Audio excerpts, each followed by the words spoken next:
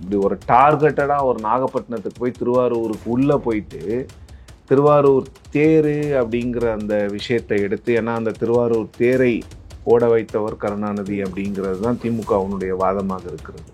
அந்த இடத்துல போயிட்டு அந்த தேரை பற்றி பேசுகிறது, உங்கள் ஊர்லேயே ரோடு இல்லைன்னு பேசுகிறது, டெல்டாக்காரன்னு சொல்லிக்கிட்டால் மட்டும் பத்தாது, அதுக்கான வேலைகளை பண்ணணும்னு சொல்கிறதெல்லாம் வந்து needling DMK in it's பேஸ்டியன். Okay, இது வந்து முழுக்க முழுக்க ஜெயலலிதா அவர்களுடைய பாணியை தான் விஜய் வந்து எடுக்கிறாருங்கிறத நான் பார்க்குறேன். கல்ட்டுங்க கிட்ட பிரச்சனை இதுதான். ஒரு விஷயத்தை வந்து நீங்கள் விட்டுட்டீங்கன்னா அது பாட்டுக்கு மறைஞ்சு போயிடும். நீங்களே ஊதி பெருசாக்குனீங்கன்னு வச்சுக்கோங்களேன், ஊதி சும்மா இருக்கிற சங்க ஊதி கிடைத்தான ஆண்டிங்கிற மாதிரி இவங்களே ஊதுறதுக்கு நான் அதான் சொல்கிறேன். திமுக வந்து ரொம்ப அழகாக விஜயை ஹேண்டில் பண்ணுறாங்க. ஆனால் விஜயும் இப்போ திமுகவை ஹேண்டில் பண்ணுறதுக்கு அழகாக கற்றுக்கிட்டு வர்றாரு கொஞ்சம் கொஞ்சமாக. இல்லை, இன்னைக்கு டிஆர் ராஜா லெஃப்ட் ஹேண்டில் டீல் பண்ணிட்டாரு. கொஸ்டின் கேட்குறாங்க, வெளிநாட்டு முதலீடா வெளிநாட்டில் முதலீடா கேட்பா, கண்ட கேள்விக்கெல்லாம் பதில் சொல்ல மாட்டேன், வேற ஏதாவது கேளுங்கப்பா அப்படின்றது. அது கண்ட கேள்வி கிடையாது, அது கண்ட கேள்வி கிடையாது. சி, நீங்கள் வந்து விஜய் போன்ற உச்ச நட்சத்திரங்களை மாசு போன்றவர்கள் ஹேண்டில் பண்ண மாதிரி பாயிண்ட் பை பாயிண்ட் ரிபிட்டரில் தான் பண்ணணுமே தவிர, இந்த மாதிரி நீங்கள் ஆஃப் த கஃப் ரிமார்க் பண்ணிங்கன்னா அதுதான் ட்ரெண்ட் ஆகும். அதான் சொல்கிறேன், விஜய் அவர்கள் வந்து ரொம்ப நாள் என்னை தடுக்கிறாங்க, என்னை இது பண்ணுறாங்கன்னு இப்படியே பேசிட்டு இருக்கக்கூடாது. இந்த சிம்பத்தி பாலிட்டிக்ஸ் எல்லாம் ஒர்க் அவுட் ஆகாது. தடுத்தாங்க, நான் வந்துட்டேங்க, நீங்கள் என்ன சொல்லுங்கள், இதெல்லாம் நான் பண்ணுறேன். ஆக்கப்பூர்வமாகவும் பேசணும், நான் என்ன பண்ணுவேங்கிறதையும் சொல்லணும். இன்னொன்று, அரியலூருக்கு போனவர் ஒரு கேள்வி கேட்டிருக்கணும். பக்கத்தில் திருச்சி பாருங்கள் எப்படி இருக்குது, ஜொலிக்குது. அரியலூர் ஏன் ஜொலிக்க மாட்டேங்குது? இதுவும் தமிழ்நாட்டில் தானே இருக்குது, இதுவும் திராவிட ஆட்சியில் தானே இருக்குன்னு ஏன் கேட்கல? இந்த பிரச்சாரம்லாம் நீங்கள் பிரமாதமாக பண்ணிடலாம். பூத்தில் ஆள் வைங்க, முதல்ல அந்த பூத் ஆளை ட்ரெயின் பண்ணுங்க. ஏன்னா தேர்தல் அன்னைக்கு அவன் தான் கூட்டிகிட்டு போகணும். நானே போயிட்டாலும் எனக்கு ஓட்டு போடுன்னு அவன் தான் சொல்லணும். அப்படி இல்லைன்னா அந்த பூத்தில் ஏதாவது ஒரு 4 பேர் தெரியாதவங்க இல்லை அந்த பூத்துக்கு சம்மந்தம் இல்லாதவங்க வந்து ஓட்டு போட்டாங்கன்னா அவங்க கண்டுபிடிக்கணும். ஒரு எக்ஸாம்பிள், எனக்கு வந்து பேர் மாறி போச்சு என் பூத்தில். போன முறை சிவப்பதியன் வந்துச்சு. போகுது சிவப்பிரியன் என் பேர். சரி, ப்ரெசிடிங் ஆஃபீஸர் சார் பேர் தப்பாக இருக்குது. மேடம் நீங்கள் கேட்டுக்கோங்க, ஏடிஎம்கே டிஎம்கே 2 பூத் ஏஜென்ட்டும் இருக்காங்க. சார் இவரை தெரியுமா? நல்லா தெரியுங்க, போட விடலாமா? அப்போ ஒரு அப்ஜெக்ஷனும் இல்லை மேடம், அவர் பேர் அதுதான், ஃபோட்டோ எல்லாம் போட்டுட்டு வந்துச்சு. ஒருத்தர் அப்ஜெக்ட் பண்ணியிருந்தோம், நான் ஓட்டு போட்டிருக்கேன். ஓ, இவர் இல்லைங்க, சிவப்பதியனுங்க, இவர் சிவப்பிரியனுங்க, எப்படிங்க நீங்கள் ஓட்டு போடுவீங்கன்னு திமுக காரங்க சஜஸ்ட் அப்போஸ் பண்ணாலோ இல்லை ஏடிஎம்கே காரங்க அப்போஸ் பண்ணாலோ நான் ஓட்டு போட முடியாது. அருள்மொழிவர்மன் அவங்க என்ன சொல்லிவிடுவாங்க, presiding officer sir, sorry sir, இந்த பேருக்கும் இந்த பேருக்கும் மிஸ்மேட்ச் ஆகுது சார், பூத்தில் வர அங்கே அவங்களோட ரோல் இருக்கு, ஏஜென்ட்ஸ் வேற ஒத்துக்க மாட்டேங்கிறாங்க sir, sorry sir. Okay,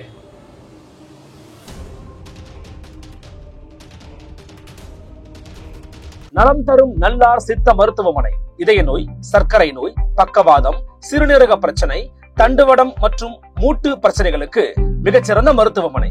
Krishnagiri, Chennai மற்றும் மதுரை.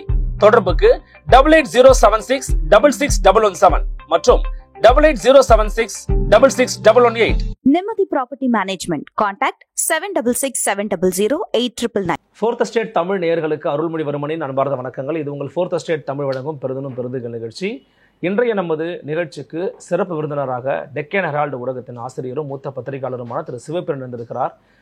ஒரு சிறப்பு நேர்காணல். வணக்கம் சார். வணக்கம். எப்படி இருக்கீங்க? நல்லா இருக்கேன், நீங்க? நலமா இருக்கா சார்? மிக்க மகிழ்ச்சி. இப்போ விஜய் அவர்களுடைய 2வது வாரம் இந்த பிரச்சார பயணத்தை நிறைவு பெற்று முடிச்சிட்டாரு. நாகப்பட்டினம் மற்றும் திருவாரூர்ல பேசியிருக்காரு. அஃப்கோர்ஸ் அவர் பேசுனதுல சில ஃபேக்சுவல் எரர்ஸ் இருக்கு, அதெல்லாம் வந்து ஒரு பக்கம் பேசினாலும் அவரோட அட்டாக் வந்து பார்த்தீங்கன்னா ஹார்ட்கோர் டிஎம்கே, அதுவும் டிஎம்கேயோட ஃபர்ஸ்ட் ஃபேமிலி அட்டாக் பண்ணி பேசியிருக்காரு. வெளிநாட்டுக்குள்ள போய் நீங்கள் முதலீடு பண்ண போனீங்களா இல்லை உங்கள் குடும்பத்துக்கு முதலீடு பண்ண போறீங்களா மாதிரி கேட்டிருக்கிறாரு. குடும்பத்தின் கொள்ளை அப்படிங்கிற மாதிரிலாம் பேசியிருக்காரு. எல்லாம் டிஃபர்மேட்டிவா இல்லை பொலிட்டிக்கல் சார்ஜாக எனக்கு தெரியல, நீங்கள் சொல்லுங்கள், எப்படி பார்க்குறீங்க? இது இம்ப்ரோவைசேஷன் தெரியுது அவங்களுக்கு விஜயோட ஸ்பீச்சில்? ஏடிஎம்கே பண்ணாத விஷயத்த விஜய் எடுத்து பண்ணுறாருங்கிறது தான் நான் புரிஞ்சுக்கிறேன். இது போன்ற ஒரு targeted attacks, precision attack, precision டைமிங்னு சொல்லுவாங்க இங்கிலீஷில். ப்ரிசைஸாக அந்த டைமிங்கில் போயிட்டு அந்த அட்டாக் அடிக்கிறதுன்னு வந்து ஒரு மிசைல் அனுப்பிச்சாங்கன்னா அந்த மிசைல் வந்து ப்ரிசைஸாக அந்த டார்கெட் அட்டாக் ஆகும். அந்த ப்ரிசிஷன் டைமிங் எல்லாம் வந்து இது வரைக்கும் திமுக மேலே வந்து பெரிய அளவில் அந்த ப்ரிசிஷன் டைமிங்கை வந்து ஜெயிச்சு காட்டியவர் வந்து ஜெயலலிதா. இந்த மாதிரி ஒரு திமுக ஃபேமிலியை இவ்வளவு கடுமையாக ஜெயலலிதாவுக்கு பிறகு யாரும் சாடலை. எடப்பாடி பழனிசாமியும் சாடலை, அண்ணாமலை சாடலை. அண்ணாமலை ஓரளவுக்கு பண்ணியிருக்காரு. பட் இந்த அளவுக்கு ஓகே இப்படி ஒரு டார்கெட்டடாக ஒரு நாகப்பட்டினத்துக்கு போய் திருவாரூருக்கு உள்ளே போயிட்டு திருவாரூர் தேர் அப்படிங்கிற அந்த விஷயத்தை எடுத்து, ஏன்னா அந்த திருவாரூர் தேரை ஓட வைத்தவர் கருணாநிதி அப்படிங்கிறது தான் திமுகவினுடைய வாதமாக இருக்கிறது. அந்த இடத்துல போயிட்டு அந்த தேரை பற்றி பேசுறது, உங்கள் ஊர்லேயே ரோடு இல்லைன்னு பேசுறது, டெல்டாக்காரன்னு சொல்லிக்கிட்டா மட்டும் பத்தாது, அதுக்கான வேலைகளை பண்ணணும்னு சொல்கிறதெல்லாம் வந்து needling DMK in it's பேஸ்டியன். Okay, இது வந்து முழுக்க முழுக்க ஜெயலலிதா அவர்களுடைய பாணியை தான் விஜய் வந்து எடுக்கிறாருங்கிறத நான் பார்க்குறேன். அட்டாக்கை வந்து முழுக்க முழுக்க அந்த ஃபேமிலி மேலே வைங்க. எம்ஜிஆர் என்ன சொன்னார்? திமுகவும் கருணாநிதியும் தீய சக்தி. ஜெயலலிதா என்ன சொன்னாங்க? கருணாநிதி, திமுக, அவர்களுடைய குடும்பம், இந்த 3 தான். இதை தவிர வேற ஏதாவது அதிமுகவுக்கு ஐடியாலஜி இருக்கா? ஆன்டி டிஎம்கேங்கிறது தான் ஐடியாலஜி. பட் அவங்களும் ரிசர்வேஷன் சிஸ்டம்லலாம் வந்து அந்த டிராவிடியன் கான்செப்டை ஃபாலோ பண்றாங்க. அதெல்லாம் விட்டுருங்க. ஓகே, அவங்க ஓட்டு கேட்கும்போது என்ன சொல்லி கேட்குறாங்க? இது வரைக்கும் திமுக குடும்ப ஆட்சிங்க எங்களுக்கு போடுங்க, பாட்டாளி மக்கள்ல இருந்து மேல வரைக்கும் நாங்க தான், இது வரைக்கும் அவ்வளவுதானே கேட்டாங்க. அந்த இடத்த நிரப்புறதுக்கு தான் விஜய் பிளான் பண்றாரோ, அந்த இடத்த நிரப்புறதுக்கு தான் விஜய் வந்து போராடுகிறாரோ, விஜய் வந்து டெஸ்பரேட்டா இருக்கிறாரோன்னு தோணுது. அந்த முழுக்க முழுக்க அவருடைய அந்த அட்டாக் வந்து ஃபர்ஸ்ட் ஃபேமிலி மேலே இருக்கிறதுக்கு காரணம் என்னன்னா, அப்பதான் நம்மளை வந்து மக்கள் கவனிப்பாங்க, இல்லைன்னா கவனிக்க மாட்டாங்க. But is it right approach? ரைட் அப்ரோச்சுங்கிறது பாலிடிக்ஸில் எதுவுமே ரைட் ராங் அப்ரோச் எதுவுமே கிடையாதுல்ல. Everything is right approach. See, as long as it is not defamatory, as long as it is not personal, நீங்கள் வந்து அது அந்த கேட்சி லைன் தான். வெளிநாடு முதலீடா, வெளிநாட்டில் முதலீடா, அது வந்து கீழே போய் ரீச் ஆகுங்க. அது எழுதுனது வந்து அழகாக எழுதியிருக்காங்க, கரெக்டாக பயன்படுத்துறாங்க தமிழ் வார்த்தையை. விடியலை நோக்கி அப்படின்னு ஒரு ஸ்லோகன் திமுக கொடுத்தாங்கல்ல, அது மக்கள்கிட்ட ரெசனேட் ஆகுறதுக்கு காரணம் என்ன? இருளில் இருக்கு தமிழ்நாடுன்னு திமுக ஒரு ஒரு ஒரு என்ன சொல்றது, ஒரு பெர்செப்ஷனை கிரியேட் பண்ணாங்க. அதை வந்து விடியலை நோக்கி, விடியட்டும், ஆட்சி பொறுப்பு வரட்டும் அப்படின்லாம் பெர்செப்ஷன் முடியட்டும் விடியட்டும். அது கரெக்டு. ஸோ அதே ஆங்கிள் தான். பாலிடிக்ஸில் வந்து ரைட் ஸ்ட்ராட்டஜி ராங் ஸ்ட்ராட்டஜிங்கெலாம் கிடையாது, எல்லாமே ரைட் ஸ்ட்ராட்டஜி தான். இது டிஃபமேட்டிவாக கண்டென்ட்டாக பார்க்கக்கூடாது. டிஃபமேஷன் வந்து திமுக தான் ஃபைல் பண்ணணும். ஓகே, நம்ம அதை பற்றி பேச முடியாது. டிஃபமேஷன் அப்படின்னா திமுக தான் அதை போய் கோர்ட்டில் போய்ட்டு டிஃபமேஷன் பண்ணணும். ஆனால் திமுக கண்டிப்பாக இதுக்கு டிஃபமேஷன் சூட்டுக்கெலாம் விஜய்க்கு எதிராக போக மாட்டாங்க. ஏன் போக மாட்டாங்கன்றீங்க? பப்ளிசிட்டி எதுக்குங்க அவருக்கு? அவர் என்ன பண்ணுவார், அடுத்த மீட்டிங்ல நான் என்ன தப்பா சொல்லிட்டேன்னா வேற ஏதாவது பெருசா எடுத்து விட்டாருன்னா, இந்த கல்ட்டுங்க கிட்ட பிரச்சனை இதுதான். ஒரு விஷயத்த வந்து நீங்க விட்டுட்டீங்கன்னா அது பாட்டுக்கு மறைஞ்சு போயிடும். நீங்களே ஊதி பெருசாக்குனீங்கன்னு வச்சுக்கோங்களேன், ஊதி சும்மா இருக்கிற சங்க ஊதி கெடுத்தான ஆண்டிங்கிற மாதிரி இவங்களே ஊதுறதுக்கு. நான் அதான் சொல்றேன், திமுக வந்து ரொம்ப அழகா விஜய் ஹேண்டில் பண்றாங்க. ஆனால் விஜயும் இப்போ திமுகவை ஹேண்டில் பண்ணுறதுக்கு அழகாக கற்றுக்கிட்டு வர்றாரு கொஞ்சம் கொஞ்சமாக. அதற்காக வந்து திமுக வர்சஸ் தாவேக்காங்கிறதுலாம் போட்டிலாம் அதெல்லாம் 26 அப்படின்லாம் இருக்கு. இப்போ கிரவுண்ட் அப்படி இல்லையா? திமுக, அதிமுக, தாவேக்கா இப்படி தான் கிரவுண்ட் இருக்கும். இல்லை இருக்கும்னு எப்படி நீங்கள் முன்னாடியே சொல்கிறீங்க? அப்படி தான் இருக்கும் அருள்மொழிவர்மன். அதிமுகவை வந்து நீங்கள் வந்து செகண்ட் பொசிஷனில் அதிமுகவை நீங்கள் இப்போ இருக்கிற ஸ்ட்ரென்த் வச்சு தான் ஆகணும். நீங்கள் விஜய் சொல்கிறாருங்கிறதுக்காகலாம் நீங்கள் திமுக வர்சஸ் தாவேக்கான்லாம் சொல்ல முடியாது. ரியாக்ட் பண்றது திமுக தானே. திமுகவை நம்ம திமுகவை அட்டாக் பண்றாரு சார், திமுகவை அட்டாக் பண்றாரு, திமுக ரியாக்ட் பண்றாங்க. அதிமுகவை அட்டாக் பண்ணும்போது அதிமுகவும் ரியாக்ட் பண்ணுச்சு. யாரை அட்டாக் பண்றாங்களோ அவங்க தானே ரியாக்ட் பண்ணுவாங்க. அட்டாக் பண்ணாமலே நானும் ஜெயிலுக்கு போறேன்னு யாராவது வருவாங்களா? வாண்டடா பண்ணாமலே கடந்து போகணும்ல. நீங்க அவ்வளவு ஸ்ட்ரென்த்தா இருந்தீங்கன்னா அப்படி கிடையாது. ஒரு விஷயம் வரும்போது நீங்கள் ரியாக்ட் பண்ணி தான் ஆகணும். திமுக ஒரு அரசியல் கட்சின்னும் போது நீங்கள் ரியாக்ட் பண்ணணுங்க. நீங்கள் உங்களுக்கு ஸ்ட்ரென்த் இருந்ததா நீங்கன்னா அப்போ என்ன வேணாலும் பேசிட்டு போகலாமா? அப்படிங்கிறது கிடையாது. இல்லை, இன்னைக்கு டிஆர்பி ராஜா லெஃப்ட் ஹேண்டில் டீல் பண்ணிட்டாரு. கொஸ்டின் கேட்குறாங்க, வெளிநாட்டு முதலீடா வெளிநாட்டில் முதலீடா கேட்பா, கண்ட கேள்விக்கெல்லாம் பதில் சொல்ல மாட்டேன், வேற ஏதாவது கேளுங்கப்பா அப்படின்றாரு. அது கண்ட கேள்வி கிடையாது, அது கண்ட கேள்வி கிடையாது. சி, நீங்க வந்து விஜய் போன்ற உச்ச நட்சத்திரங்களை மாசு போன்றவர்கள் ஹேண்டில் பண்ண மாதிரி பாயிண்ட் பை பாயிண்ட் ரிபிட்டலில் தான் பண்ணணுமே தவிர, இந்த மாதிரி நீங்கள் ஆஃப் த கஃப் ரிமார்க் பண்ணிங்கன்னா அதுதான் ட்ரெண்ட் ஆகும். விஜய் பேசினதை விட உங்களோட ரியாக்ஷன் ட்ரெண்ட் ஆகும். இப்போ மாசு நீங்களே சொல்கிறீங்களா, மாசு என்ன பாயிண்ட் பை பாயிண்ட் ரிபிட்டல் கொடுத்துருக்கிறாரு, பூண்டி கலைவாணன் ஒரு பாயிண்ட் பை பாயிண்ட் ரிபிட்டல் கொடுத்துருக்கிறாரு. அது போன்ற விஷயங்கள் தான் கல்ட்டுக்கு எதிராக நீங்கள் பண்ண முடியும். நீங்கள் அதுக்கு ஒரு ப்ரொவோகேட்டிவாக ஸ்டேட்மெண்ட் கொடுத்தீங்கன்னா கல்ட்டு சொன்னதை மறந்துடுவாங்க, நீங்கள் கொடுத்த ஸ்டேட்மெண்ட்டு தான் அதிகமாகும். ஓகே, அதுக்கு அவர் பதில் சொல்லியிருக்கலாம், இல்லைங்க அது நியாயமான கேள்வி இல்லைன்னு சொல்லிட்டு அழகாக அதை வந்து ரொம்ப எக்ஸ்பிளைன் பண்ணிட்டு போயிருக்கலாம். கண்ட கேள்விங்கன்னா எந்த கேள்வியும் தவறான கேள்வி கிடையாது. அது உங்களுக்கு தவறாக இருக்கலாம், நான் கேட்குற ஒரு கேள்வி, ஆனால் எனக்கு அது நியாயமாக இருக்கலாம். அது பெர்செப்ஷன் தான். ரிசீவ் பண்ணுறவங்களுக்கு ஒரு மாதிரி இருக்கும், கேட்குறவங்களுக்கு அந்த கேள்வி வேறு மாதிரி இருக்கும்.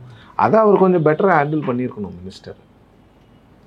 இல்லை, ஆனால் இதில் இப்போ விஜயனுடைய அட்டாக் வந்து டிஎம்கே ஃபர்ஸ்ட் ஃபேமிலி மேலே இருந்தாலுமே இன்னொரு பக்கம் ஒரு பிஜேபியும் குறை சொல்கிறாரு, திமுகவையும் குறை சொல்கிறாரு. பிஜேபியை சும்மா ஊருகா மாதிரி தொட்டுக்கிட்டு போகிறாரு. இன்னும் பெருசாலாம் பிஜேபி மேலெல்லாம் குறை சொல்லிடல. என்ன சொல்லிட்டாரு? இல்லை, தமிழக மீனவர்கள் எங்களை நாங்கள் சொல்லும்போது இந்திய மீனவர்கள் சொல்கிறீங்க, எங்களை பாரபட்சம் பாருங்க. இந்திய மீனவர்கள் தானங்க அவங்க, இதெல்லாம் என்னங்க பேச்சு? இல்ல, தமிழக மீனவர்கள் வந்தா தமிழகம்னு சொல்றீங்க, மத்தவங்க வந்தா இந்தியான்னு சொல்றீங்க, எங்களை நீங்க பிரிச்சு பாக்குறீங்கன்றாரு விஜய். நம்ம ஆட்களே தமிழக மீனவர்கள் அவெல்லாம் பிரிச்சுலாம் யாரும் பார்க்கல. இவர் நாகப்பட்டினத்தில் என்ன பேசினார், வீடியோவாக போட்டுக்கிட்டு இருக்காங்களா 2011. சி, இதெல்லாம் விஜய் அவர்கள் வந்து இந்த கச்சத்தீவுங்கிற இஷ்யூவை வந்து விஜய் கிட்டவாது அட்லீஸ்ட் மத்திய அரசை வந்து இவர் ஊருகா மாதிரி தாங்க தொட்டுக்கிறாரு.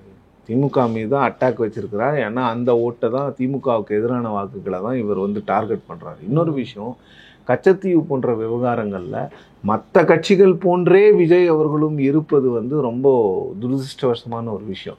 அந்த ஒரு புதுசாக வர்ற கட்சியாவது அந்த இஷ்யூ என்ன, மீனவர்கள் ஏன் தாக்கப்படுறாங்க அப்படிங்கிற விஷயத்தை உண்மையை பேசணும். தமிழ்நாட்டு மீனவர்கள் ஏன் இலங்கை கடற்படையினால் தாக்கப்படுறாங்க சொல்லுங்கள். கச்சத்தீவு தாண்டி தான் இவங்க போகிறாங்க. இவங்க எங்கே போகிறாங்க? கச்சத்தீவுலையா மீன் பிடிக்கிறாங்க. இவங்க போய் காங்கேசன் துறையில் போய் மீன் பிடிக்கிறாங்க. ஜாஃப்னாக்கு போகிறாங்க, முல்லைத்தீவு வரைக்கும் போகிறாங்க. ஏன் போகிறாங்க? இங்கே மீன் இல்லைன்னு அங்கே போகிறாங்க. அங்கே போகிறவங்க மீன் பிடிச்சிட்டு வந்தால் பரவாயில்ல, அங்கே இருக்கிற மீனவர்களுடைய வலைகளை அறுக்கிறாங்க. அதெல்லாம் டாக்குமெண்ட் ஆன ஒரு விஷயம். இன்னொன்று என்னென்னா, நம்ம மீனவர்கள் யூஸ் பண்ணுற அந்த எக்யூப்மெண்ட் இருக்குல்ல, இவங்களுடைய அந்த பாட்டம் ட்ராலிங் மெத்தட், அது வந்து ஸ்ரீலங்காவில் பேண்டு. அந்த கண்ட்ரியில் இருக்கிறவங்க எப்படி உங்களை அலோவ் பண்ணுவான்? இதெல்லாம் பேசணும். நீங்கள் என்ன பண்ணணும்னா, மீனவர்களுக்கு இந்த பிரச்சனைலாம் இருக்குது, நீங்கள் கச்சத்தீவு மீட்கிறதுன்றதை விட்டுட்டு மீனவர்களுக்கு வந்து இந்த பாட்டம் ட்ராலிங்லேருந்து அவங்களுக்கு டீப் சி ஃபிஷிங் கற்றுக் கொடுங்க. நம்ம மீனவர்களுக்கு வந்து இன்னும் கொஞ்சம் முன்னால் போயிட்டு இந்தியன் ஓஷனில் போயிட்டு அவங்க டீப் சி ஃபிஷிங் பண்ணட்டும், இங்கே மீன் இல்லைங்கிறத உண்மையை பேசணும் ஒரு புது கட்சி. இதே மாதிரி அரைச்ச மாவியே அரைச்சிக்கிட்டு கச்சத்தீவை மீட்டுட்டா இன்னைக்கு நாளைக்கு மீனவர் பிரச்சனை தீந்துருமா? கண்டிப்பாக தீராது. இதை பற்றி நான் பெரிய கட்டுரைகள்லாம் எழுதியிருக்கேன். அதனால் நான் சொல்கிறேன், மீனவர்கள் பிரச்சனைக்கும் கச்சத்தீவுக்கும் துளி அளவு கூட சம்மந்தம் கிடையாது. கச்சத்தீவை தாண்டி தாங்க நம்ம ஆட்கள் போகிறாங்க. நம்ம ஆட்கள் வந்து நெடுந்தீவு வரைக்கும் போகிறாங்க, நம்ம ஆட்கள் முல்லைத்தீவு வரைக்கும் போகிறாங்க, நம்ம மீனவர்கள் வந்து யாழ்ப்பாணம் வரைக்கும் போகிறாங்க. இதெல்லாம் ஸ்ரீலங்காவினுடைய இன்டெக்ரல் பார்ட். அங்கே நீங்கள் போனீங்கன்னா உங்களை பிடிக்க தான் செய்வாங்க. அது மட்டும் இல்லாமல் அங்கே உங்களை பிடிக்க சொல்கிறது வந்து இதே ஈழத்து தமிழ் உறவுகள் தான். ஏன்னா அவங்களும் மீனவர்கள் தான். அவங்கக்கிட்ட இருக்கிறது வந்து கட்டுமரம், நாட்டு படகுகள். உங்ககிட்ட இருக்கிறது வந்து பாட்டம் ட்ராலிங். அவன் வந்து இப்போ தான் மீன் பிடிக்க வரான். நாம் வந்து பாட்டம் ட்ராலிங்கை கொண்டு போய் அவனுடைய மீன், அவன் போட்டு வச்சிருக்கிற வலையெல்லாம் நாம் பண்ணிட்டு வந்துடுறோம். இதை வெளிப்படையாக பேச வேணாம். அப்போ நீங்களும் வாக்கு அரசியல் தானே பண்ணுறீங்க. ஒரு ஒரு ஒரு ஒரு ப்ராப்பர் சொல்யூஷனை விஜய் கொண்டு வரணும்ல. அதை தான் விஜய் போன்றவர்களிடம் எதிர்பார்க்க முடியும். ஒரு புதுசாக கட்சி ஆரம்பிக்கிறவங்க பழைய கட்சிகள் என்ன செஞ்சுதோ அதையே செஞ்சீங்கன்னா அப்போ என்ன வித்தியாசம் இருக்குது உங்களுக்கும் அவங்களுக்கும்? நீங்கள் கேட்குறத புரிஞ்சுக்கிறேன். மேபி இன்னும் கொஞ்சம் இன்டெப்த்தாக கொஞ்சம் படிச்சுட்டு கூட அதை வந்து அவர் மேபி மாற்றிக்க வாய்ப்பு இருக்குது. நிறைய ஹோம்ஒர்க் பண்ண வேண்டியது இருக்குது விஜய், நிறைய ஹோம்ஒர்க் பண்ண வேண்டியது இருக்குது. இன்னொன்று இந்த ஸ்லோகன்ஸ் எல்லாம் நல்லா இருக்குது. இன்னொன்று நாகப்பட்டினத்தில் பேசினது வந்து அந்த பேச்சு வந்து ரொம்ப நேச்சுரலாக வந்தது விஜய்க்கு. மதுரை மாநாடு மாதிரி ரொம்ப கோபமாக இல்லை. மதுரை மாநாட்டில் ஏன் அவ்வளோ கோபமாக இருந்தாருன்னு எனக்கு இன்னமும் புரிஞ்சிக்க முடியல. பட் நாகப்பட்டினத்தில் ப்ளசண்ட்டாக இருந்தார். அவரை கேட்ட கேள்விகள் மக்கள்கிட்ட ரீச் ஆச்சு.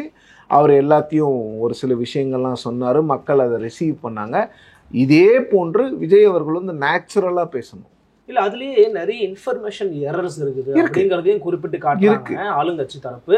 குறிப்பாக அவர் இன்னொரு வாதத்தை வந்து முன்வைக்கிறார். என்ன அப்படின்னா, குடும்ப கொள்ளை ஆட்சி கூட தொடர்ச்சியாக இருக்கிற விமர்சனமாக கூட பார்க்கலாம். ஆனால் திமுகவினுடைய இந்த ஆட்சியில் நடக்கக்கூடிய பல சிக்கல்களை குறித்து தொட்டு பேசலை. பல பிரச்சனைகள் இருக்கு, அதெல்லாம் குறித்து விஜய் பேசலை. எது வந்து ஈஸியாக ரீச் அவுட் ஆகுமோ, எதை சொன்னால் ஈஸியாக மக்களுக்கு புரியுமோ அதை மட்டும் சொல்லிட்டு போயிட்டாரு அப்படிங்கிறாங்க. இந்த மாதிரி தொடர்ச்சியாக இருக்கு. ஆமாம், அந்த சிக்கல்களை பேசுனீங்கன்னா சொல்யூஷன் உங்களை தானே கேட்பாங்க. சொல்யூஷன் உங்களுக்கு தெரியணும்ல. சொல்யூஷன் நம்மக்கிட்ட இல்லையே. விஜய் அண்டர் எஸ்டிமேட் பண்ணுறோமோ? நான் அண்டர் எஸ்டிமேட் பண்ணல. சொல்யூஷனை நீங்கள் கொடுங்கன்னு நான் சொல்கிறேன். ஏர்போர்ட் பரந்தூர்லாம் வேண்டான்றீங்க, வேற எங்கே வைக்கலாம் சொல்லுங்கள். ஒரு ப்ராஜெக்ட் பாதிப்பு இல்லாத வகையில் இல்லை, அப்படி அதாவது இயற்கைக்கு பாதிப்பு இல்லாத வகையில் மக்களுக்கு பாதிப்பு இல்லாத வகையில் வைங்கன்ற கட்டவே முடியாது. அப்போ நீங்களும் ப்ரைவேட் பிளேனில் போகாதீங்க, எமிஷன்ஸ் அதிகமாகுது, நீங்களும் கமர்ஷியல் பிளேனில் போங்கன்னு யாராவது சொன்னால் ஒத்துப்பீங்களா? ஒத்துப்பீங்களா? இங்கே தான் பிரச்சனை ஆரம்பிக்குது. இந்த கேள்விகள் எல்லாம் யாரும் கேட்கக்கூடாதுன்னு நினைக்கிறாங்க விஜய் கிட்ட. ஏன் கேட்கக்கூடாது? அவரும் அரசியல்வாதி தானே. அவர் சொல்கிற விஷயங்க, நான் நியாயமாக சம்பாரித்து வந்தேன். ஆமாம், டேக்ஸ் கட்டுறதெல்லாம் அவர் கரெக்டாக இருக்கிறார். 15-20 வருஷமாக ப்ராப்பராக டேக்ஸ் கட்டுறாரு. எந்த ஐடி ரைட்லேயும் அவரால் சிக்க முடியல, எல்லாம் கரெக்டு. பட் நீங்கள் ஒரு ப்ரைவேட் ஜெட்டில் போகிற ஒரு ஆள் ஏர்போர்ட் வேணான்னு சொன்னால் என்னங்க? அவர் ஏர்போர்ட்டே வேணான்னு சொல்லலைங்க. நான் வந்து இந்த இடத்துல தாங்க வேணான்னு சொல்லிட்டு தெளிவுபடுத்துறாரே சார். அதான் சொல்கிறேன் அருள்மொழிவர்மன், அப்போ வேறு எங்கே வைக்கலாம் நீங்களே சொல்லிடுங்கிறேன். ஏன்னா இது வந்து திமுக அரசாங்கம் கொண்டு வந்த ஒரு திட்டம் மட்டும் அல்ல. அதிமுக ஆட்சி காலத்தில் தான் இதுக்கு அடித்தளம் போடப்பட்டது. அந்த டைமில் தான் வந்து 4 சைட்ஸை வந்து airport authorities of India suggest பண்ணாங்க. அந்த 4 சைட்டை ஸ்டேட் கவர்மெண்ட் வந்து போய் சர்வே பண்ணாங்க. அந்த 4 சைட்டினுடைய ப்ரோஸ் அண்ட் கான்ஸை பார்த்தாங்க. ஃபைனலாக டிஎம்கே கவர்மெண்ட் வந்து இந்த சைட் பெட்டர்ன்னு சொன்னாங்க. இது வந்து ஒரு ப்ராப்பர் சயின்டிஃபிக் அனாலிசிஸ் போட்டு ஒரு ஸ்டடியோட நடந்திருக்கு. கரெக்டாக? எஸ்.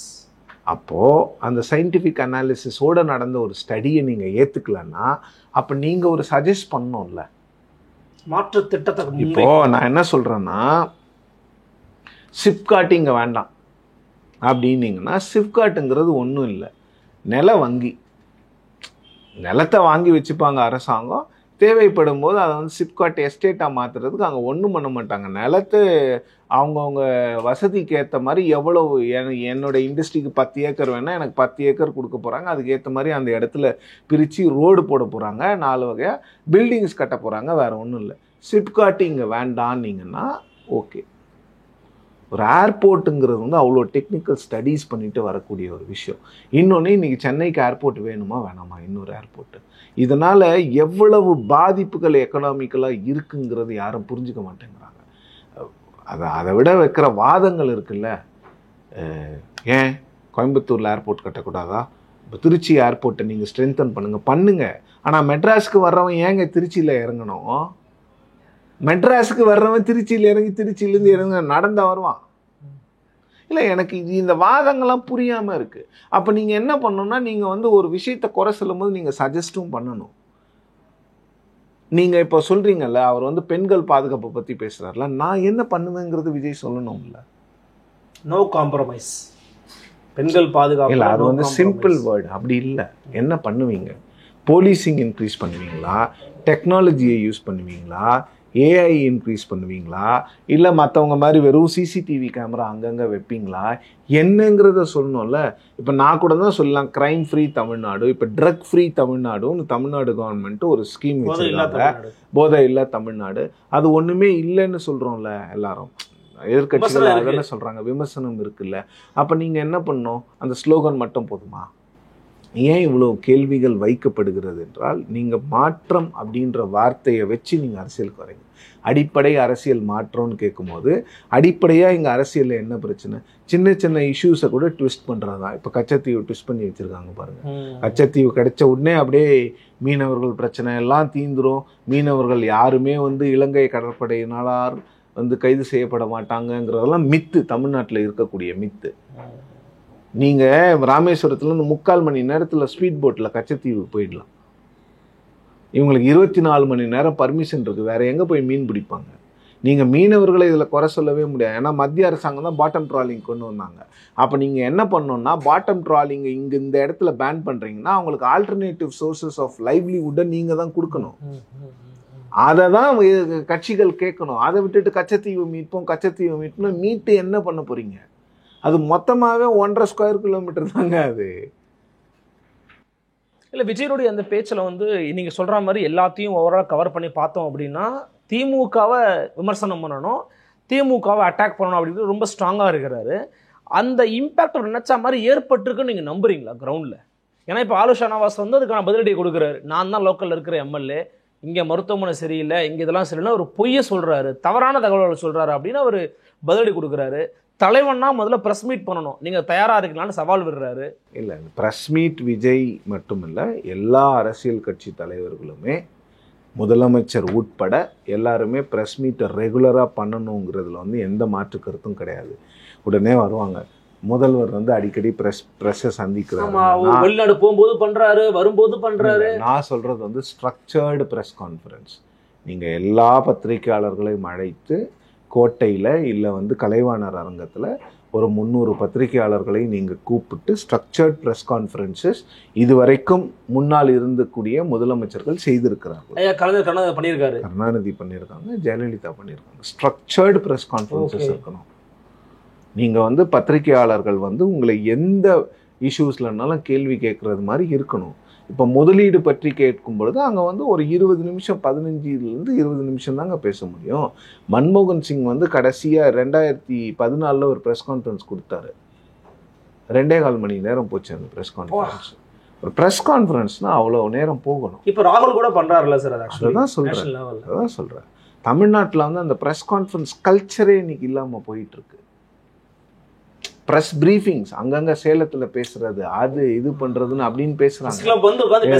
இல்லை, இப்போ முதலமைச்சர் வந்து ஒரு இடத்துக்கு இப்போ ஊட்டிக்கு போனார்னா ஊட்டியில் பேசுகிறாரு, அதெல்லாம் கரெக்ட். பட் எவ்வளவு கேள்விகள் அங்கே கேட்கப்படுகிறது? ஒரு ஸ்ட்ரக்சர்டு ப்ரெஸ் கான்ஃபரன்ஸ் இல்லை, எல்லாத்தையும் வச்சு நீங்கள் எல்லாம் வாங்க நான் பேசுகிறேங்கிறது விஜய் பண்ணணும். விஜய் பண்ணணுன்றதுல மாற்று கருத்து கிடையாது. ஆனால் ப்ரெஸ் கான்ஃபரன்ஸ் பண்ணாதான் அவர் அரசியல்வாதின்னு ஒரு விஷயம் கொண்டு வராங்கல்ல, அதை ஏற்றுக்க முடியாது. ஏன்னா அப்படி பார்த்தா இங்கே நிறைய பேர் ப்ரெஸ் கான்ஃபரன்சஸ் பண்ணுறதில்ல. ஏன் இந்திய நாட்டின் பிரதமரே ப்ரெஸ் கான்ஃபரன்ஸும் பண்ணலை. அவர் மீது இருக்கக்கூடிய மிகப்பெரிய குற்றச்சாட்டு. இவங்க ப்ரெஸ் ப்ரீஃபிங்ஸ்க்கும் ப்ரெஸ் கான்ஃபரன்ஸ்க்குமே இங்கே பாதி பேருக்கு வந்து வித்தியாசம் தெரிகிறது கிடையாது. நீங்கள் மீடியா மைக்கு, எலக்ட்ரானிக் மீடியா மைக்கை நீட்டும் போது அவங்க கேட்குற 4 கேள்விக்கு பதில் சொல்கிறது ப்ரெஸ் கான்ஃபரன்ஸ் கிடையாது. அது அன்னைக்கு டாபிக்கல் இஷ்யூஸாக இருக்கும். ஆனால் நீங்கள் ப்ரெஸ் கான்ஃபரன்ஸ்னு ஒன்று அரசாங்கம் ஒரு ப்ரெஸ் கான்ஃபரன்ஸ் வச்சுதுன்னா அந்த ப்ரெஸ் கான்ஃபரன்ஸ்க்கு முதல்வருக்கு கேட்கப்படுகின்ற கேள்விகளுக்கு ஒரு 30 செக்ரட்டரி பக்கத்தில் உட்காந்துருப்பாங்க.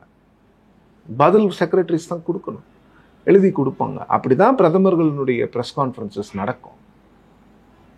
ஓகே, அதில் கூட ஒரு விஷயத்தை நீங்கள் சொல்கிறத புரிஞ்சுக்க முடியாது, பண்ணணும். பட் அது இல்லைனா தலைவர்கள் இல்லைன்னு சொல்லிட முடியாதுன்னு நீங்கள் சொல்கிறீங்க. இப்போ நான் சொன்ன நிறைய ஹோம்ஒர்க் பண்ணணும் விஜய், இல்லைங்கிற யாருமே சொல்ல, நிறைய ஹோம்ஒர்க் பண்ணணும். இன்னொன்று, நாகப்பட்டினத்துலேயும் திருவாரூர்லேயுமே கூட லோக்கல் இஷ்யூஸ் இன்னும் நிறைய பேசியிருக்கலான்னு மக்கள்கிட்ட இருந்து ஃபீட்பேக். அங்கே இருக்கக்கூடிய விவசாய சங்க தலைவர்கள்லாம் சொல்கிறாங்க, எங்ககிட்டலாம் கருத்து கேட்டிருந்தாங்கன்னா நாங்கள்லாம் நிறைய எடுத்து கொடுத்துருப்போம் பாயிண்ட்ஸு.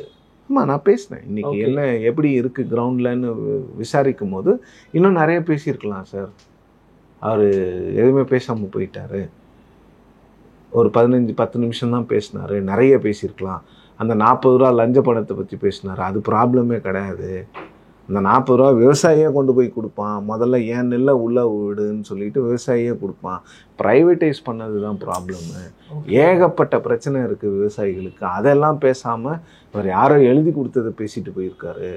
அப்போ என்ன பண்ணோன்னா, நீங்கள் வந்து ஒரு ஒரு ஒரு இப்போ கோயம்புத்தூருக்கு போகிறீங்கன்னு வச்சுக்கோங்களேன், உங்களுடைய ஸ்பீச் ரைட்டர்ஸ் இருக்காங்களா, அவங்க என்ன பண்ணணும்னா ஒரு 10 இண்டஸ்ட்ரியலிஸ்ட் கிட்ட பேசணும். அது விஜயே போகலாமா சார் ஸ்பாட்டுக்கு? போகலாம், அது போகலங்கிறதுனால தானே நான் இப்படி சொல்கிறேன். ஓகே, அவருக்கு ரொம்ப சாதகமான விஷயங்களை சொல்லி கொடுக்குறீங்க. நீங்கள் எம்எஸ்எம்இ ஆட்களை பேசணும், ஏன்னா அப்படி தான் எல்லாரும் பண்ணுவாங்க. இப்போ முதலமைச்சர் வந்து கோயம்புத்தூருக்கு போகிறாருன்னா அந்த கோயம்புத்தூருக்கு போகும்போது அந்த இண்டஸ்ட்ரீஸ் டிபார்ட்மெண்ட்டை பற்றி என்னென்ன பேசணுங்கிற நோட்டை வந்து இண்டஸ்ட்ரி டிபார்ட்மெண்ட்லேருந்து தான் போகும். சிஎம் ஆஃபீஸ்லேருந்து கேட்பாங்க, கோயம்புத்தூருக்கு போகிறாரு, இண்டஸ்ட்ரி டிபார்ட்மெண்ட்டில் என்னென்ன கோயம்புத்தூரில் நடக்குது சொல்லுங்கள், உங்கள் சஜஷன்ஸை கொடுங்க, என்னென்ன பேசலாம், அனௌன்ஸ்மெண்ட் பண்ணணும்னா என்னென்னலாம் பண்ணலான்னு கேட்பாங்க. சிஎம்க்கு ரைட் நீங்கள் சொல்கிறது. இப்போ எடப்பாடி பாருங்களேன், காலையில் விவசாய சங்க பிரதிநிதிகளை மீட் பண்ணுறாரு. அதான் சொல்கிறேன், இண்டஸ்ட்ரீஸ் நீங்கள் இப்போது விஜய் அவர்களுக்கு சொல்கிறேன், கோயம்புத்தூருக்கு போனீங்கன்னா நீங்கள் இண்டஸ்ட்ரீஸை பார்க்கணும். லார்ஜ் இண்டஸ்ட்ரீஸ்னு ஒன்று இருக்குது, மைக்ரோ இண்டஸ்ட்ரீஸ்னு ஒன்று இருக்குது, மீடியம் இண்டஸ்ட்ரீஸ்னு ஒன்று இருக்குது, ஸ்மால் இண்டஸ்ட்ரீஸ்னு ஒன்று இருக்குது. ஒவ்வொன்றுத்துலேயும் 10 பேர் 40 பேரை நீங்கள் கூப்பிட்டு பேசினாதான் ஆளுக்கு ஒரு பிரச்சனை இருக்கும். லார்ஜ் இண்டஸ்ட்ரீஸ் வந்து ஜிஎஸ்டி வேணும்பா, மைக்ரோ இண்டஸ்ட்ரி எனக்கு ஜிஎஸ்டி வேணாம்பா. நீங்கள் 2 பேரையும் சாட்டிஸ்ஃபை பண்ணணும். அரசியலுங்கிறது சாதாரண விஷயம் கிடையாது. நீங்கள் ராகுல் காந்தி வந்து 2021 3 நாள் வெஸ்டர்ன் தமிழ்நாட்டில் இருந்தார். அப்போ வந்து அவங்க காங்கிரஸில் வந்து அவங்க வந்து எந்தெந்த ஜேர்னலிஸ்ட் வந்து அப்போ திருப்பூர் பற்றியும் கோயம்புத்தூர் பற்றியும் எழுதியிருந்தாங்களோ அவங்களெல்லாம் பர்சனலாக கான்டாக்ட் பண்ணி பேசினாங்க. இந்த இஷ்யூ நீங்கள் இப்படி எழுதியிருக்கீங்க, அந்த இஷ்யூ இன்னும் பெர்சிஸ்டண்ட்டாக இருக்கா, அந்த நீங்கள் கோட் பண்ணியிருக்கிற ஆட்களுடைய நம்பர் கொடுக்க முடியுமா, இப்படி எல்லாம் தான் நீங்கள் வந்து டீட்டெயில்ஸை கலெக்ட் பண்ண முடியும். சரி, ஹோம்ஒர்க் தேவை, நிறைய பண்ணணும். இப்போ கோயம்புத்தூருக்கு போனார்னா அங்கே வந்து மேம்போக்காக நீங்கள் வந்து மாநில அரசை மட்டும் திட்டிட்டு வந்துட முடியாது. ஏன்னா கோயம்புத்தூர்லலாம் வந்து மத்திய அரசினுடைய விஷயங்கள் நிறைய இருக்காங்க. பட் இதை சொல்றாருல்ல, நான் பேசுறதே 3 நிமிஷம் தான், எனக்கு அதை கட் பண்றீங்க, ஒயர் கட் பண்றீங்க, அனுமதி ஒயர் யாருங்க கட் பண்ணா? இதே மாதிரி பிஜேபி காரங்க பண்றீங்களா, ஆர்எஸ்எஸ் காரங்க பண்றீங்களான்னு கேட்கறாரு. அது எடுபடாதா? அதான் பண்ணிட்டாங்கன்னு சொல்லிட்டு அவங்களே சொல்லியிருக்காங்களே, நாங்கள் அமித்ஷாக்கே கரெக்ட் கட் பண்ணியிருக்கோன்னு. சி இதெல்லாம் கருவன் எடுபடாதான்னு கேட்கிறேன். எடுப்படும், பேசுறாரு. அப்படி இல்லை, நீங்கள் எடுப்படுறத பேசுறதுங்கிறது மட்டும் சரி கிடையாது அருள்மொழிவர்மன். நீங்களும் ஆக்கப்பூர்வமாக பேசுங்கிறேன் நான். நீங்கள் ஏன் 3 நிமிஷம் பேசுறீங்க, 30 நிமிஷம் பேசுங்க. அதுக்கே விட மாட்டேங்கிறீங்க. விட மாட்டேங்கிறதுனா அரசியல் அப்படி தான் இருக்கும். தடையை உடைக்கணும்ன்றீங்க. உடைக்கணும். தடை, அதை உடை, சரித்திரம் படை, இதெல்லாம் நீங்கள் சொன்னது தானேங்க. அதெல்லாம் அரசியலில் இருக்கோங்க. தடையே போடாமலாம் எம்ஜிஆருக்கு தடையே போடலையா திமுக அரசு? ஜெயலலிதாவுக்கு போடாத தடையா திமுக அரசு? இல்லை திமுகவுக்கு ஜெயலலிதா போடாத தடையா? நேற்று ஒரு வீடியோ பார்த்தேன், ஜே அன்பழகன் ஏதோ பேசுகிற மாதிரி வாய்க்கரிசி போட்டுக்கிட்டு தான் நாங்கள் திமுகவில் வந்து அரசியலே பண்ணுறோன்னு. அதெல்லாம் கேட்குறதுக்கு ஒரு மாதிரி இருந்தாலும் எங்கள் கம்பீரத்தை பாருங்கள். ஆனால் அந்த ஒரு விஷயம் உண்மையிலே டிஎம்கே வந்து அந்த எதிர்கட்சியாக இருக்கும்போது அவ்வளோ கம்பீரமாக இருப்பாங்க. அவங்க ஆளுங்கட்சியாக இருக்கும்போது கூட அவங்க கிட்ட வந்து அவ்வளோ கலை இருக்காது. எதிர்கட்சியாக இருக்கும்போது கலையாக இருக்காங்கன்றது ரொம்ப அவங்களுடைய அந்த அட்டாக்ஸு, அவங்க சட்டசபைக்குள்ளே போகிற அந்த தோரணை எல்லாம் பார்த்தீங்கன்னா ஆளுங்கட்சி அந்த ட்ரெஷரி பிரெஞ்ச் வந்து பயப்படுவாங்க அவங்கள பார்த்து. என்னத்தை கேட்க போகிறானோ, இன்னைக்கு என்ன பண்ண போகிறாங்களோ அப்படிங்கிற ஒரு தயக்கம் இருக்கும். இன்னைக்கு கூட சட்டமன்றத்தில் நீங்கள் அதிமுக வந்து ஒரு ஆக்ரோஷமான ஒரு நிலையில் அதிமுக உறுப்பினர்கள் அன்னைக்கு இருந்தாங்கன்னா நீங்கள் ட்ரெஷரி பெஞ்சஸில் ஒரு நடுக்கத்தை பார்க்கலாம். முதலமைச்சர்லேருந்து எல்லாரும் நோட்ஸ் எடுப்பாங்க, செக்ரட்டரிஸ் வருவாங்க, நோட்ஸ் கொடுப்பாங்க. அது அப்படியே ஒரு ஒரு பி ஹைவ் ஆஃப் ஆக்டிவிட்டி இப்போ கூட இருக்கு. ஓகே, இல்ல எதிர்க்கட்சி ஸ்ட்ராங்கா இருக்கான்னு கேக்குறேன். அப்படி அப்படி இல்ல வைப்ரண்டா இருக்காங்க. அந்த ஆக்ரோஷம் வந்து அதிமுக கிட்ட அப்பப்ப இருக்கு. ஓகே, அது கன்சிஸ்டன்ட்டா இருக்கணும்ங்கறத நான் ஏற்கனவே சொல்லிட்டு வர்றது. அது கடந்த இதுல வந்து ரொம்ப தெளிவா ஏடிஎம்கே வந்து நிறைய இடங்கள்ல அந்த டாஸ்மாக் விவகாரத்தெல்லாம் அடிச்சாங்க. முக்காவாசி எஃப்ஐஆர் அவங்க ஆட்சியில நடந்ததுதான். ஆனாலும் அதை மறைச்சிட்டு அது திமுக மீது இது இப்படிதாங்க அரசியல் இதுதான். அதான் சொல்றேன், விஜய் அவர்கள் வந்து ரொம்ப நாள் என்னை தடுக்கிறாங்க, என்னை இது பண்றாங்கன்னு இப்படியே பேசிட்டு இருக்க கூடாது. இந்த சிம்பத்தி பாலிடிக்ஸ் எல்லாம் ஒர்க் அவுட் ஆகாது. தடுத்தாங்க, நான் வந்துட்டேங்க, நீங்க என்ன சொல்லுங்க, இதெல்லாம் நான் பண்றேன். ஆக்கப்பூர்வமாகவும் பேசணும், நான் என்ன பண்ணுவேங்கிறதையும் சொல்லணும். இன்னொன்று, அரியலூருக்கு போனவர் ஒரு கேள்வி கேட்டிருக்கணும், பக்கத்தில் திருச்சி பாருங்கள் எப்படி இருக்குது, ஜொலிக்குது. அரியலூர் ஏன் ஜொலிக்க மாட்டேங்குது? இதுவும் தமிழ்நாட்டில் தானே இருக்குது, இதுவும் திராவிட ஆட்சியில் தானே இருக்குன்னு ஏன் கேட்கல? நீங்கள் ஸ்பெசிஃபிக்காக தானே பேசுகிறீங்க எல்லா இடத்துலையும். ஒன்று புரிஞ்சு வச்சுருக்காரு, தமிழ்நாட்டுக்கு ஒரே சட்டை வந்து ஃபிட் ஆகாது, ஒவ்வொரு இடத்துக்கு ஒவ்வொரு சட்டை வேணுங்கிறத வந்து ரொம்ப தெளிவாக தெரிஞ்சு வச்சுருக்காரு விஜய். அதனால தான் ஒவ்வொரு இடத்துலையும் மாறுது. பட் இந்த ஒரு ஸ்பீச்சை மட்டும் வச்சுக்கிட்டே மட்டும் நீங்கள் போக முடியாது. ஏன்னா நீங்கள் பிரச்சாரத்துக்கெல்லாம் வந்து உங்களுக்கு இன்ஃப்ராஸ்ட்ரக்சர் தேவையில்லை பெருசாக. நீங்கள் விஜய் அப்படிங்கிற ஒரு உச்சக்கட்ட நட்சத்திரம் போனால் எல்லா இடத்துலையும் கூடிடும், எங்கள் காசெல்லாம் கொடுக்க வேணாம், எல்லாம் பண்ணிடும். பிரச்சாரத்துக்கு அப்புறம் தேர்தல்னு ஒரு விஷயம் இருக்குது. அந்த தேர்தல் அப்படிங்கிறதுக்கு செலவு ஒன்று ஆகும். ஒரு விஷயம் விட்டுருங்க, செலவுக்கு மீறி பூத்துன்னு ஒன்று இருக்குது. அந்த பூத்தில் உங்களுக்கு ஆள் வேணும். அப்போ தான் எவ்வளோ ஓட்டு பதிவாக இருக்குன்னு உங்களுக்கு தெரியும். அந்த பூத்தில் ஏதாவது ஒரு பிரச்சனைனா அந்த எலெக்ஷன் நாள் அன்னைக்கு உங்கள் ஆள் வந்து அங்கே உட்காரணும். 74,000 பூத்து தமிழ்நாட்டில் இருக்க போகுதுன்னா அந்த 74,000 பூத்தில் 74,000 பேர் அன்னைக்கு அவங்க போய் உட்காரணும். இல்லைன்றீங்களா? இல்லை, நான் அதை சொல்லலை. அவங்க போய் உட்காரணும். அந்த டிசிப்ளினை நீங்கள் கொண்டு வரணும். எங்கள் பூத்தில் காங்கிரஸே எங்கள் தொகுதியில் நின்னா கூட திமுக காரன் தான் பூத் ஏஜென்ட்டாக வந்து உட்காருவான். உனக்கு ஆளெல்லாம் தெரியாது, நீ வேணா பக்கத்தில் வந்து உட்காந்துக்கூடா, ஆனால் நான் தாண்டா உட்காருவேன் அப்படின்னு வந்து உட்காருவேன். அதிமுகவும் அதே நிலைமை தான். எங்கள் தொகுதி எங்கள் ஊரில் போன முறை பாமக நின்றுச்சு. பாமக எங்கள் ஊரில் பெருசாக கிடையாது. தம்பி நீங்கள் வர வேண்டாம், நான் பார்த்துக்கிறேன். அவங்களுக்கு தெரியும் யார் என்ன ஓட்டு போட. நீங்கள் பூத்தில் போயிட்டு அருள்மொழிவர்மன் அந்த அரசியலே வேற. அந்த பூத்தில் அந்த திமுக அதிமுக காரனு அவனுக்கு தெரியும் எவ்வளோ ஓட்டு அவனுக்கு பதிவாச்சு, எவ்வளோ ஓட்டு இவனுக்கு பதிவாச்சுன்னு சொல்லிட்டு. நீங்கள் இதுக்கு என்னெல்லாம் வேண்டாம், அவனே சொல்லிடுவான், கணக்கு சொல்லிடுவான். வந்து யாருமே என்ன பார்க்கவே இல்லை, அவங்க பேச்சு கொடுப்பாங்க. எல்லாரும் அங்கே தானே உட்காந்துருப்பான். இந்த மக்களினுடைய அந்த சைக்காலஜி இருக்குல்ல. இப்போ நான் வந்து ஏடிஎம்கேக்கு ஓட்டு போடுறேன்னா நான் டிஎம்கே காரனை பார்க்க மாட்டேன். ஓகே, அவன் ஐ கான்டாக்ட் பண்ணிகிட்டே இருப்பான் என் கூட, நான் அவனை அவாய்ட் பண்ணிட்டே போவேன். அவனுக்கு அது புரியும், அந்த பூத்தில் தெரியும். அந்த மூடை வச்சு அவன் கண்டுபிடிப்பான் எவ்வளோ ஓட்டு இருக்குது அப்படின்னு.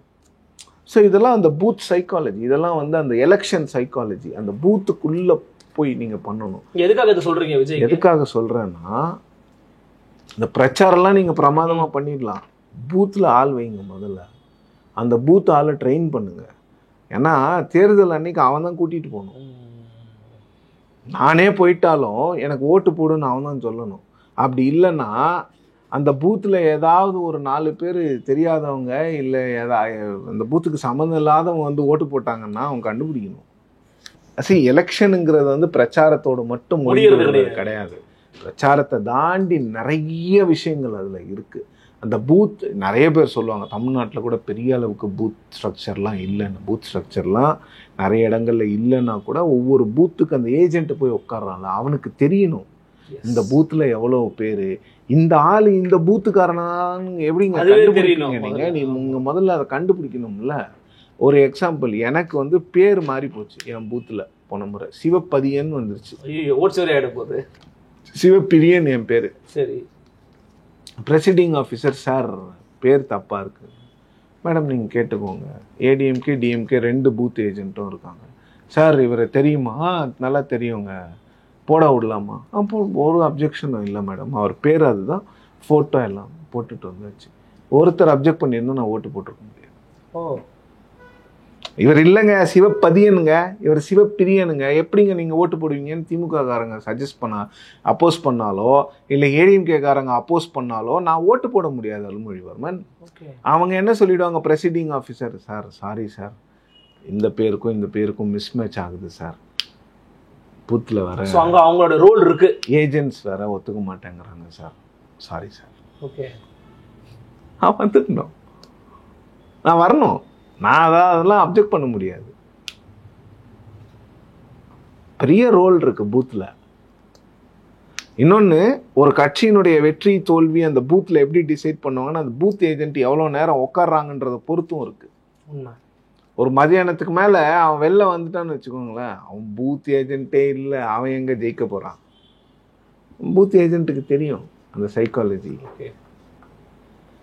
இதெல்லாம் ஈஸியாக கற்றுக்கிறது ஒன்றும் அவ்வளோ பெரிய விஷயம்லாம் கிடையாது. பட் நாம் புரிஞ்சுக்கணுங்கிறது தான். ஆனால் நிறைய இருக்குது. ஹோம்ஒர்க் பண்ணிட்டு அவர் பேசணும், நிறைய ஹோம்ஒர்க் பண்ணணும். இன்னும் இந்த எதுகை மூனைகள்லாம் நல்லா ஒர்க் அவுட் ஆகும், நல்ல மக்கள்கிட்ட பெரிய வரவேற்பை எடுக்கும், உங்களுக்கு ட்ரெண்ட் பண்ணுறதுக்கு ஈஸியாக இருக்கும், சோஷியல் மீடியாவில் நல்ல வியூஸ் கொடுக்கும். பட் எல்லாமே ஓட்டாக மாறாது.